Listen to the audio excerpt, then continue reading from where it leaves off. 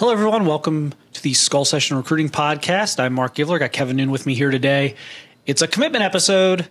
Five-star cornerback Devin Sanchez, North Shore High School, Houston, Texas area, commits to Ohio State at the All-American Bowl in San Antonio, as we expected to happen. But you know, top three of Texas A&M, a local school that's recruited well in recent years, and Alabama, who you always have to be concerned about.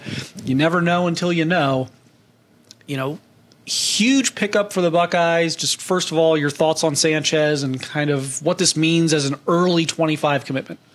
You take all of the 6'2" corners you can get, and you don't think twice about it. At least the ones who have shown that they can play ball. And Devin Sanchez is one who has shown that he can play ball, playing in North Shore. I mean, he's playing against really solid competition. This isn't some kid who just happens to be plucked into the middle of a wasteland somewhere. You have the size, you have the talent, you have the competition. This is a huge get for Ohio State to be able to land a player 11 plus months out, and now they're going to have to play defense. I mean, this isn't done. I mean, Devin Sanchez today may sit there and say it's done, but everybody's going to keep pushing. But this is the type of player that if he would commit on signing day, or if he would commit a day before signing day, people would lose their minds. This may get lost a little bit as time fades on, and we all have a recency bias, but huge get. Yeah, I don't think I've liked a corner they've been recruiting as much as I like Devin Sanchez since they got Jeff Okudah out of Texas. Class of 2017 now, so time flies. Eight classes prior to this, so it's been a long time. Look, I've liked a lot of guys they've recruited. I've liked Jermaine Matthews, Jordan Hancock. There's a lot of guys they've recruited that I've really liked, but Devin Sanchez is just an incredibly special talent. He is in that Jeff Okudah class for me coming out. He's like a top 10 national player, which is very well justified.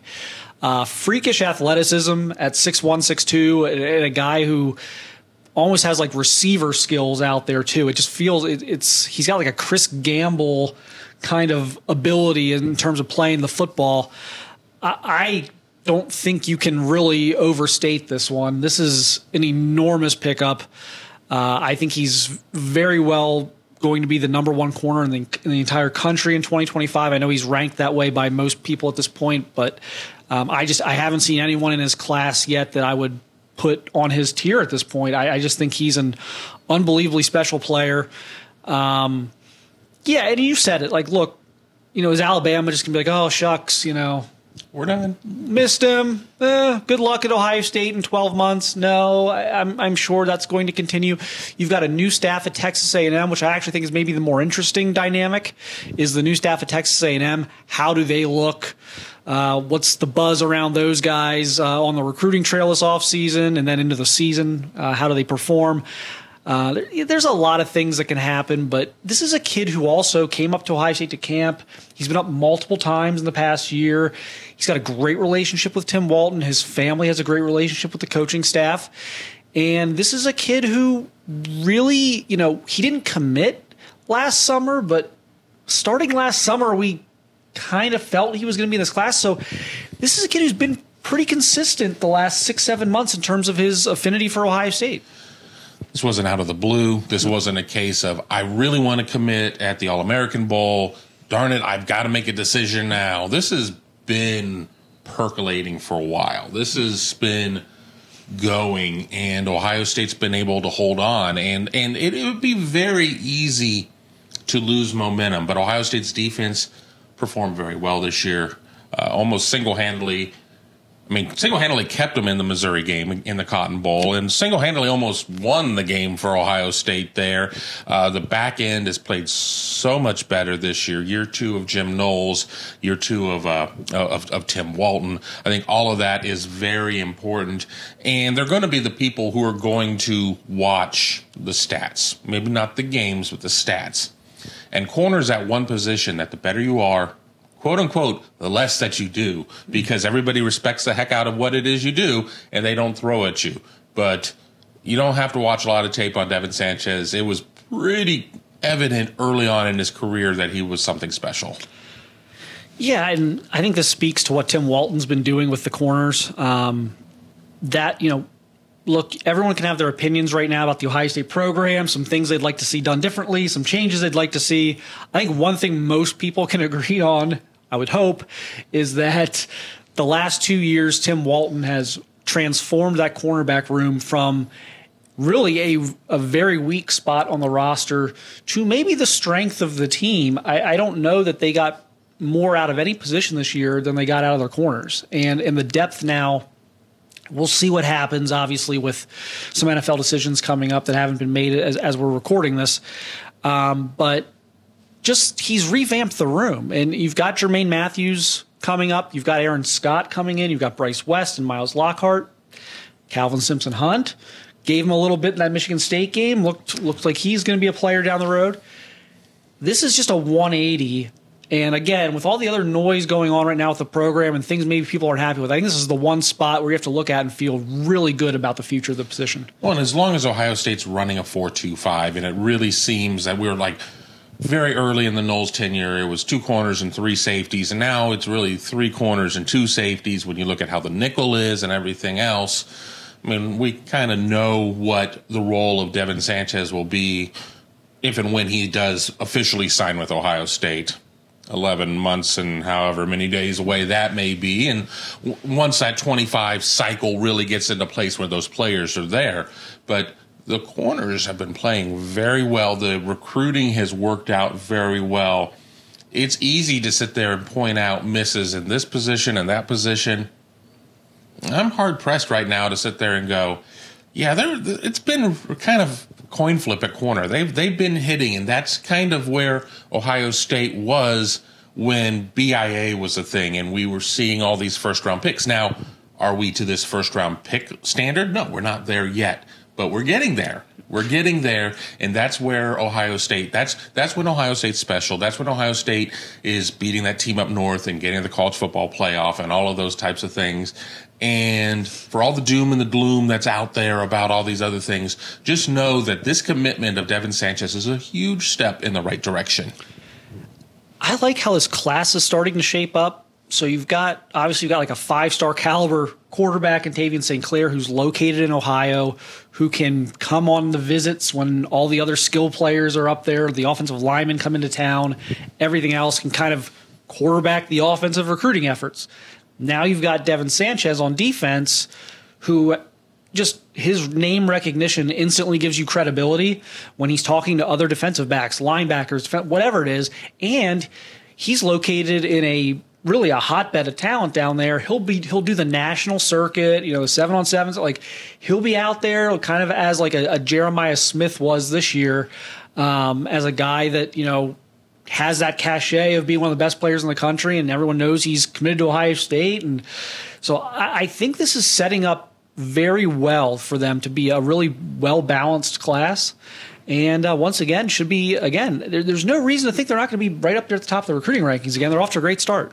Yeah, get me the core of the class out of the state of Ohio, and then get me that statesman in Texas, that statesman in Florida, that statesman in California. And California has kind of been a missing piece for Ohio State in a lot of cycles. So maybe I don't even need that one as much. Maybe in Georgia or North Carolina or wherever. But you get those types of guys, and they go out there on the circuits, whether it's the 7-on events or it's the shoe camps, for lack of a better term, there, and get them there and talking up Ohio State. And it matters. Now, every kid's got to come to their own decision, but when you're sitting there and you're trying to get it down from 30 offers or 40 offers to 8 offers, and then 8 offers to 5 offers, and where you're going to take your visits, and 5 isn't even a magic number anymore with unlimited officials. But, I think it's very important. I think that Devin will wear the scarlet and gray as a recruit very proudly, and I think that will be important, especially as we've already been talking about Southern Swing, and that's several months away, and we're already trying to figure out how to spend more time in Texas, and that should give you an idea of what our anticipation is for the talent level in this state. Yeah, he's a big time talent. They got other Texas guys they're after, so that'll be interesting to see. Does this help anything? A big name that Ohio State fans are really kind of concerned about. Dorian Brew is down there, not too far away. Does that help? Now you've got, people were concerned, well, he left from Ohio to go to Texas. Does this hurt them?